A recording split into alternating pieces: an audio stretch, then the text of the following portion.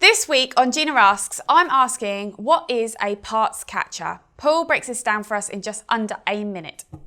This is an educational video about a parts catcher on a turning centre. For this video, we're using a Huachon QTEX 160B, available from stock here at Ward High Tech in the UK.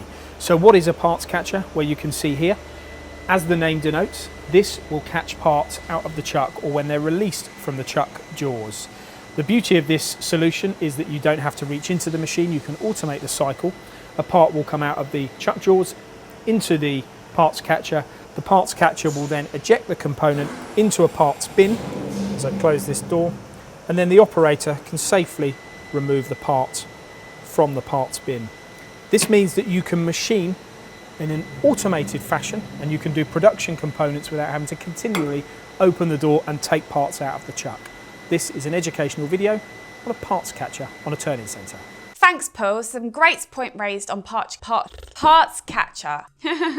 Other benefits include that it is an... I've got to try again, from top.